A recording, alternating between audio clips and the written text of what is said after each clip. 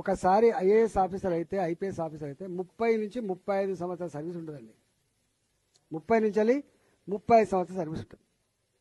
రాజకీయ పార్టీ 5 ఏళ్ళు మాత్రమే అధికారం నడుపుతుంది ప్రజల ఆశీర్వాదం ఉంటే. ఎమ్మెల్యే, ఎంపీ, ఎనీ ప్రజాప్రతినిధి ఒక ఎక్సెప్ట్ ఎమ్మెల్సీ అన్ని 5 సంవత్సరాలు. ప్రభుత్వం అంటే 5 సంవత్సరాలు ఉంటుంది. వాళ్ళు చంద్రబాబు నాయుడుని చూసిండ్రు, వాళ్ళు రాజశేఖర్ గారిని చూసిండ్రు, వాళ్ళు రోషయ్య గారిని చూసిండ్రు, కిరణ్ కుమార్ గారిని చూసిండ్రు, ఇప్పుడు మొన్నదాకా కేసీఆర్ని చూసిండ్రు, ఇప్పుడు రేవంత్ రెడ్డి చూస్తారు. ఏంటంటే యథా రాజా తదా ప్రజ. నువ్వు చక్కగా ఉంటే, నువ్వు పనివంతునివైతే, నువ్వు శుద్ధపూసలాగా ఉంటే వాళ్ళు కూడా పనిమంతుల్లాగా పనిచేస్తారు, శుద్ధపూసలాగా ఉంటారు. కానీ నువ్వు మాత్రం శుద్ధపూసలాగా లేకుండా అంటే ఒక ఐఏఎస్ ఆఫీసర్ ఒక లేకపోతే ప్రభుత్వంలో ఉన్న పెద్ద చెప్తే నో ఇది నిబంధనలకు విరుద్ధంగా ఉంది, నేను చేయలేను అని ఒక కలెక్టర్ చెప్పిండు. ఆ కలెక్టర్ను పక్కకు పెట్టి ఇంకో కలెక్టర్ తెప్పించిండు.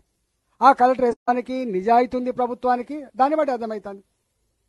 అరే నువ్వు నిజంగా గొప్పడు, ఇలా గుటకాలు నడవదు, గుడమ్మ నడవదు, దుర్మార్గం ఆగుతుంది అంతే. ప్రభుత్వం చాలా పెద్దది, గుర్తుపెట్టుకో. ప్రభుత్వం అనుకున్న నాడు ఇంచు కూడా కదలదు. ప్రభుత్వం అనుకున్నాడు ఒక్క అక్రమం జరగడానికి ఆస్కారం లేదు. మొన్న నేను పోయిన ఒక అటాక్ అయింది, చూసింది మీరు.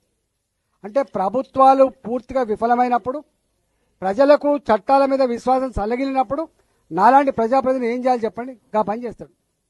అందుకనే నేను ఒకటే అంటున్నా, ఐఏఎస్ ఆఫీసర్ కానీ ఐపీఎస్ ఆఫీసర్ కానీ పనిలో పెట్టుకోవాల్సి అక్కడ ఉన్నది, దృష్టి పెట్టాల్సి అక్కడ ఉంది. కానీ మొత్తం నేనే ఇలా ముఖ్యమంత్రి గారి కార్యాలయం, ముఖ్యమంత్రి గారు సలహాదారులు, ముఖ్యమంత్రి గారి బంధుమిత్రులు, ముఖ్యమంత్రి గారి మిత్ర పక్షాలు ఆయన అక్కడ కూర్చొని పైరలు చేస్తా అంటే ఎక్కడ నడుతాయండి చెప్పండి? ఇవన్నీ లెక్కలతో సహా బయట పెట్టే రోజు వస్తుంది, తప్పించుకోలేరు. వాళ్ళు అనుకుంటారు పిల్లి కళ్ళు మూసుకొని పాలు తాగినట్టుగా భావిస్తాను, తప్పించుకోవడానికి వీల్లేదు. ఆయన అప్పుడు అన్నట్టు చూసినా రెడ్ బుక్ రాస్తున్నా అని చెప్పి మేము కూడా ఒక బుక్ రాస్తున్నాం, ఇక్కడ మేము కూడా ఒక బుక్ రాస్తాం. ఇవన్నీ వచ్చినప్పుడు తప్పకుండా కాషాయ బుక్ రాస్తాం. మేము కాషాయ బుక్ రాసిన నాడు తప్పకుండా అవుతుంది.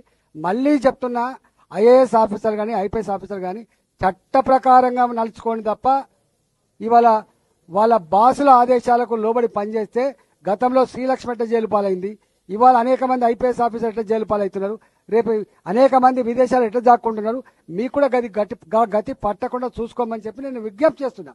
ఐఏఎస్ ఐపీఎస్లకు ఉండే గౌరవం వేరు. మీరు ఎంతో మేధో సంపన్నులు, ఎంతో కష్టపడి ఆ స్థాయికి వచ్చిండ్రు, ఎందుకు దాని గౌరవాన్ని తగ్గిస్తారని నేను కూడా అంటున్నా.